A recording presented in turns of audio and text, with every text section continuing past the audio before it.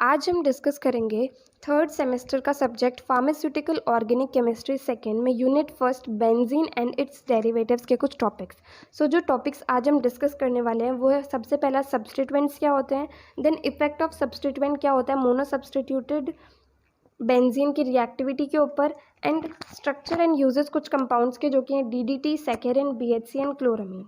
ये सब चीज़ें जो है ये आज हम डिस्कस करने वाले हैं। सबसे पहले सब्स्टिट्यूएंट होता क्या है? सब्स्टिट्यूएंट होता है एक एटम या फिर ग्रुप ऑफ एटम जो रिप्लेस करता है हाइड्रोजन एटम को बेंजीन में से, एंड फिर वो फाइनल रिजल्टेंट मॉलिक्यूल का पार्ट बन जाता है, उसे हम सब्स्टिट्यूएंट कहते हैं। अब जो सारे के सारे हाइड्रोजन एटम्स होते हैं बेंजीन के वो सब इक्विवेलेंट होते हैं, तो इस वजह से सबसे पहले मोनो सब्स्टिट्यूशन प्रोडक्ट जो है वो एक ही मोनो सब्स्टिट्यूशन प्रोडक्ट जो है वो पॉसिबल होता है। सबसे पहले जो है हाइड्रोजन एटम सारे के सारे इक्विवेलेंट होते हैं, तो कोई भी हाइड्रोजन हट करके जो है प्रोडक्ट बन सकता है। तो ये बेंजीन रिंग है, इसके ऊपर सब्स्टिट्यूएंट को ऐड करा तो मोनो सब्स्टिट्यूटेड प्रोडक्ट जो है वो यहाँ पर बन गया। अब जो सेकेंड सब्स्टिट्यूएंट है वो 5 में से कोई सी भी पोजीशन जो है उसे ऑक्यूपाई कर सकता है। तो अगर वो सेकेंड पोजीशन और 6th पोजीशन पर जाकर के जुड़ता है नेक्स्ट सेकेंड सब्स्टिट्यूएंट, तो इसका मतलब उसे ऑर्थो प्रोडक्ट कहेंगे, एंड इन पोजीशंस को जो है ऑर्थो पोजीशन कहा जाता है। अगर जो सेकेंड सब्स्टिट्यूएंट आ रहा है वो 3rd और 5th पोजीशन पर जुड़ता है तो उसका जो प्रोडक्ट होगा उसे मेटा प्रोडक्ट कहा जाएगा, और अगर जो सेकेंड सब्स्टिट्यूएंट है वो 4th पोजीशन पर जुड़ता है तो उसे पैरा प्रोडक्ट जो है वो कहा जाएगा। जो सब्स्टिट्यूएंट का इफेक्ट होता है वो 2 तरीके का होता है। पहला आता है ओरिएंटेशन या फिर डायरेक्ट इफेक्ट, एंड दूसरा होता है एक्टिविटी इफेक्ट। सबसे पहले हम डिस्कस करेंगे ओरिएंटेशन इफेक्ट को। तो इसमें क्या होता है कि जो सब्स्टिट्यूएंट पहले से प्रेजेंट है वो नेक्स्ट जो आने वाला सब्स्टिट्यूएंट है दूसरा सब्स्टिट्यूएंट उसे ऑर्थो, मेटा या फिर पैरा पोजीशन के ऊपर डायरेक्ट कर सकता है, एंड ये डिपेंड करता है फर्स्ट सब्स्टिट्यूएंट के ऊपर। इसे बोलते हैं ओरिएंटेशन इफेक्ट। ओरिएंटेशन इफेक्ट जो है ये भी 2 टाइप का हो सकता है, एक तो ortho para directing effect and दूसरा है Meta directing effect.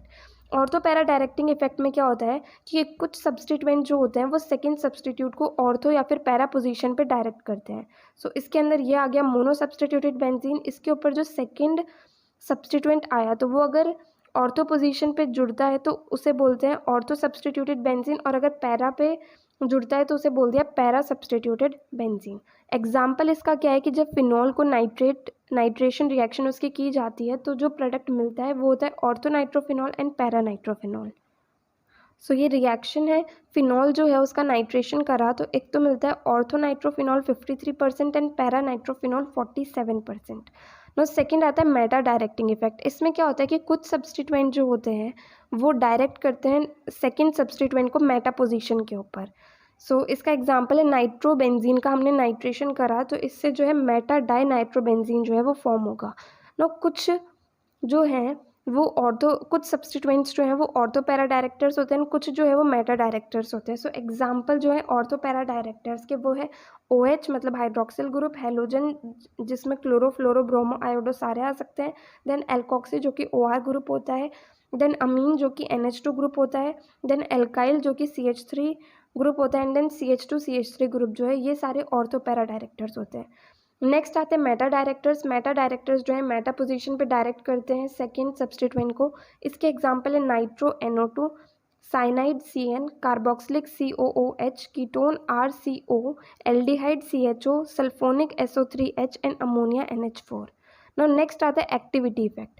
Activity effect में क्या होता है कि जो सब्स्टिट्यूएंट पहले से प्रेजेंट है वो या तो रिंग को एक्टिवेट कर सकता है या फिर उसे डीएक्टिवेट कर सकता है फर्दर सब्स्टिट्यूएंट की तरफ, तो इसे एक्टिविटी इफेक्ट कहा जाता है। जो रिएक्टिविटी होती है बेंजीन रिंग की वो चेंज होती है जब उसके ऊपर कोई भी ग्रुप अटैच होता है, तो ये सब्स्टिट्यूएंट जो है रिस्पॉन्सिबल होता है इनकमिंग सब्स्टिट्यूएंट को किसी भी पोजीशन के ऊपर डायरेक्ट करने के लिए।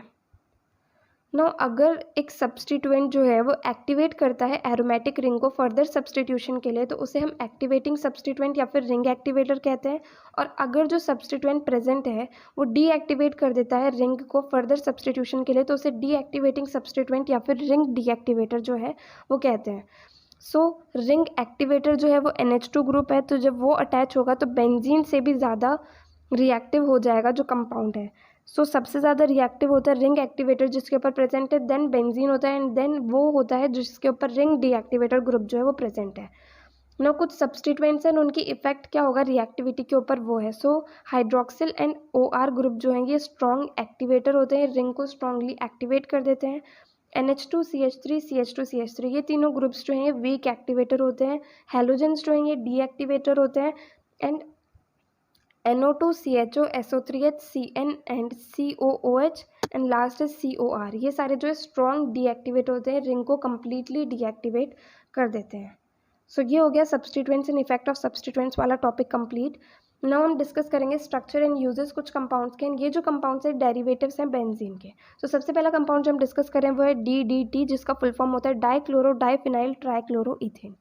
इसका जो IUPAC नेम है वो होता है 1,1 देन डैश 2,2,2 ट्राइक्लोरोइथेन 1,1 डाइल देन बिस 4 क्लोरोबेंजीन। इतना बड़ा जो नाम है इसका DDT का IUPAC नेम होता है। देन मॉलिक्यूलर फॉर्मूला जो है इसका वो है C14H9Cl5। now इसका जो स्ट्रक्चर है, 2 बेंजीन रिंग प्रेजेंट है। देन इन बेंजीन रिंग पर क्लोरीन प्रेजेंट है एंड देन जो कार्बन इनसे अटैच है उससे एक और कार्बन अटैच है एंड देन 3 क्लोरीन अटैच है। सो ये जो है कंप्लीट स्ट्रक्चर है DDT का। now इसके यूजेस क्या होंगे, तो DDT को इंसेक्टिसाइड के रूप में यूज़ किया जाता है एग्रीकल्चर के अंदर। बहुत पहले जो है मतलब पास्ट में इसे लाइस के ट्रीटमेंट में भी यूज़ किया गया था। एंड DDT को डस्टिंग पाउडर के रूप में भी अप्लाई किया जाता है या फिर इसके एक्वस सस्पेंशन को स्प्रे किया जाता है टारगेट साइट जो भी होती है वहाँ पर।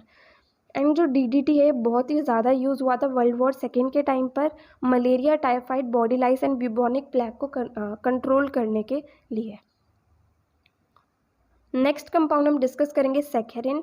सैकेरिन जो है एक आर्टिफिशियल स्वीटनर होता है जिसमें 0 कैलोरीज होती है, कोई कैलोरीज इसके अंदर नहीं होती है, इसकी न्यूट्रिशनल वैल्यू होती है।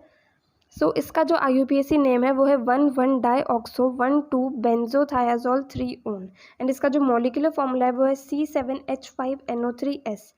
इसका जो स्ट्रक्चर है वो कुछ इस तरीके से बनेगा, बेंजीन रिंग है, देन एक 5 मेंबर्ड रिंग है। ये जो है कंप्लीट स्ट्रक्चर है सैकरिन का। ना यूजेस क्या होंगे सैकरिन के, ये मेनली आर्टिफिशियल स्वीटनर के रूप में यूज़ होता है सॉफ्ट ड्रिंक्स के अंदर, बेक्ड फूड्स के अंदर एंड च्युइंगम्स एंड बाकी के चीज़ों के अंदर। नेक्स्ट इसे टेबल टॉप स्वीटनर के रूप में यूज़ किया जाता है। नेक्स्ट इसे various vitamin supplements and medicine के अंदर यूज़ किया जाता है। नेक्स्ट इसे शुगर सब्सटीट्यूट के रूप में यूज़ किया जाता है गुड्स को बेक करने के लिए। नेक्स्ट कंपाउंड जो हम डिस्कस करेंगे वो है BHC, that is benzene hexachloride. So chlorination करते हैं बेंजीन का इन प्रेजेंस ऑफ सनलाइट, तो उससे बेंजीन हेक्साक्लोराइड जो है वो बनता है। इसका IUPAC नेम जो है वो है 1,2,3,4,5,6 हेक्साक्लोरो साइक्लोहेक्सेन। ये इसका IUPAC नेम है। इसका जो मॉलिक्यूलर फॉर्मूला है वो है C6H6Cl6 एंड इसका जो स्ट्रक्चर है बेंजीन रिंग बनी हुई एंड 6 क्लोरीन एटम्स जो है वो इससे अटैच्ड है। अब इसके यूजेस क्या होंगे, इसे BHC को यूज़ किया जाता है इंसेक्टिसाइड के रूप में अगेंस्ट इंसेक्ट जो कि डिजीज़ कॉज करते हैं, जैसे कि फ्लाइज है, मॉस्किटोज है, एक्सेट्रा। इसे एग्रीकल्चर पेस्टिसाइड के रूप में भी यूज़ किया जाता है। इसे मेडिसिनल शैम्पू एंड लोशंस के अंदर भी यूज़ किया जाता है। इसे सीड ट्रीटमेंट के अंदर भी यूज़ किया जाता है। नेक्स्ट हम डिस्कस करेंगे क्लोरामीन। क्लोरामीन जो है इसका IUPAC नेम होता है क्लोरअमाइड। इसका जो मॉलिक्यूलर फॉर्मूला है वो है NH2Cl एंड इसका जो स्ट्रक्चर है वो भी कुछ ज़्यादा कॉम्प्लिकेटेड नहीं है, सिंपल स्ट्रक्चर है। ना इसके यूजेस क्या होंगे, इसे यूज़ किया जाता है ब्लीच के रूप में, ऑक्सीडेटर के रूप में एंड इसे यूज़ किया जाता है ऑर्डर एंड फ्लेवर को इम्प्रूव करने में। वाटर जो कि क्लोरीन से डिसइंफेक्टेड होता है उसको इम्प्रूव करने के लिए। एंड इसे यूज़ किया जाता है ड्रिंकिंग वाटर को डिसइंफेक्ट करने के लिए, वेस्ट वाटर को डिसइंफेक्ट करने के लिए एंड जो बायोफाउलिंग मतलब जो गंदी स्मेल आती है कूलिंग वाटर सिस्टम्स के अंदर उससे बचने के लिए भी हम क्लोरामीन को यूज़ करते हैं। ये हो गया आज का कंप्लीट टॉपिक। अगर आपको इस वीडियो के अंदर जो समझाया गया वो अच्छे से समझ में आया तो इस वीडियो को लाइक करना, इस वीडियो को ज़्यादा से ज़्यादा शेयर करना और चैनल को सब्सक्राइब करना। और अगर आपको इसमें जो भी पढ़ा है उसके PDF नोट्स चाहिए कम्प्लीटली तो आप टेलीग्राम चैनल को ज्वाइन कर सकते हैं। टेलीग्राम चैनल के ऊपर मोस्ट इंपॉर्टेंट क्वेश्चंस जो हैं वो भी मिलेंगे, आपको MCQs भी मिलेंगे कॉम्पिटिटिव एग्जाम्स के लिए, तो उस चैनल को आप ज़रूर ज्वाइन करना। थैंक यू इस वीडियो को एंड तक देखने के लिए।